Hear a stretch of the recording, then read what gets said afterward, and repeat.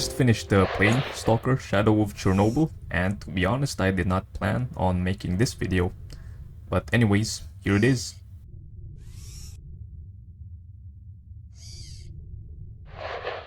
The reason why I played Stalker Shadow of Chernobyl in the first place was that I saw a gameplay footage of Stalker Anomaly on YouTube.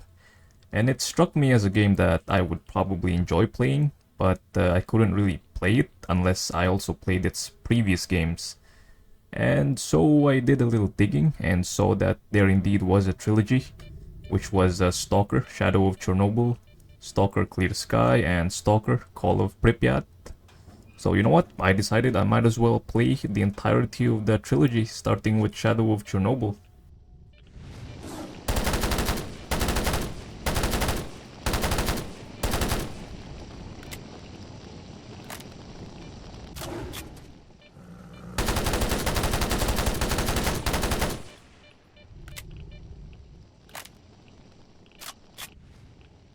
I liked playing Fallout 4 and Fallout 76, and I thought Stalker had similarities, albeit Stalker having its own take in a seemingly post-apocalyptic scenario. And my thoughts on the combat would be very similar to Escape from Tarkov. And these were my thoughts initially before playing Shadow of Chernobyl. Mainly thanks to that Stalker Anomaly gameplay video that I watched. Fortunately for me, I already purchased the game, a Stalker bundle on Steam for $17, which $17 Canadian, which was on sale at the time. I was in the middle of downloading the game when I saw that Shadow of Chernobyl was released in 2007, and I was like, ew, 2007, that's a really old game. That's a really old game. Anyways, folks, I ain't a picky gamer, and you know, as they say, life is all about perspective. And the same can be said about video games. Some folks only want to play a single genre of a game while ignoring the rest, while some folks are only in it for AAA high-quality mainstream games while living out the indie developed or AA games out. But where was I? Ah yes, Stalker Shadow of Chernobyl. Yeah, I played the first 6 hours of the game purely in vanilla, no mods, nothing, and so far the experience definitely took me back to the early 2000s gaming era, and Shadow of Chernobyl's graphics definitely showed that. The lighting, on the other hand, holds up quite well even on today's standards. Gunplay was alright for me, but I didn't really care since it was a 2007 game.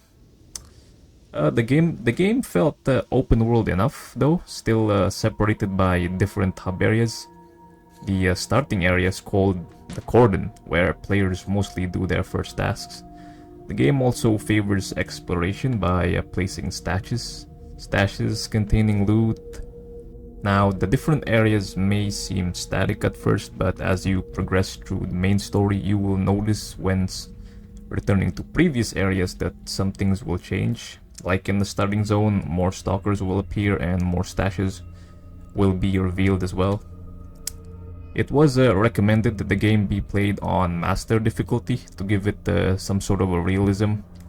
And yes, the human enemies can and will one-tap you if you play it on that difficulty. The enemy AI, while intelligent enough for a 2007 era game, has one weakness, and that's they always fix their gaze on a single area on which they last spotted you, giving you enough time to actually flank them. As for mutant AI, well, all I can say is that sometimes they are unpredictable. The enemy NPCs may feel at first like a bullet sponge, but as you obtain a better arsenal of weaponry, they will start falling like flies every 3 to 4 taps. Mutants, on the other hand, should be bullet sponges the more dangerous they are. As for the story, I'm not gonna spoil or get into the details, but it is very linear and the pace is easygoing, which I like. Now, as I was in the middle of playing the game, I thought, why not install some mods? And as I was doing a little bit of research, I found out that the Stalker franchise had a really huge modding community behind it, and I think that's really amazing for a really old game like this. A 2007 game has a really huge modding community. So the first mod that I was thinking of installing was Zone Reclamation Project, or ZRP, which is a mod that fixes a lot of bugs, and the starter pack mod. I think I messed up the installation since my saved files were basically gone, but hey, I got mods. And yeah, I basically settled with the starter pack since it had more things to offer than the ZRP. So I just settled with the starter pack mod. Anyhow, the starter pack mod definitely made some improvements in the game. It made the graphics more dark, gritty and grainy, which matched the game's overall atmosphere of foreboding sense, giving you that nice post-apocalyptic immersion. It changed the looks of some of the guns and added others. The gunplay is now better, almost similar to Escape from Tarkov, albeit just different. The NPCs now have a different, more better looks, and overall I think the mod itself just remastered the game.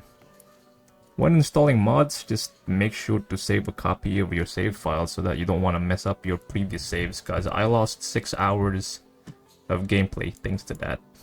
So yes, I finished the game in 24 hours. I could have finished it in 18 hours if not for my incompetence in installing a mod, but anyhow, I think I finished the game a little bit too early, and that's all thanks to the artifact called Flash and Moonlight, giving me nearly unlimited endurance, so my stamina won't run out when sprinting.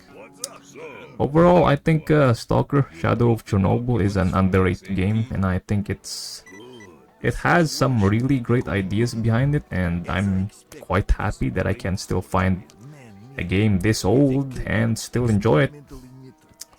Anyhow, folks, at the writing of the script, I'm probably already playing Clear Sky, so I suppose thanks for watching, and I'll see you folks next time.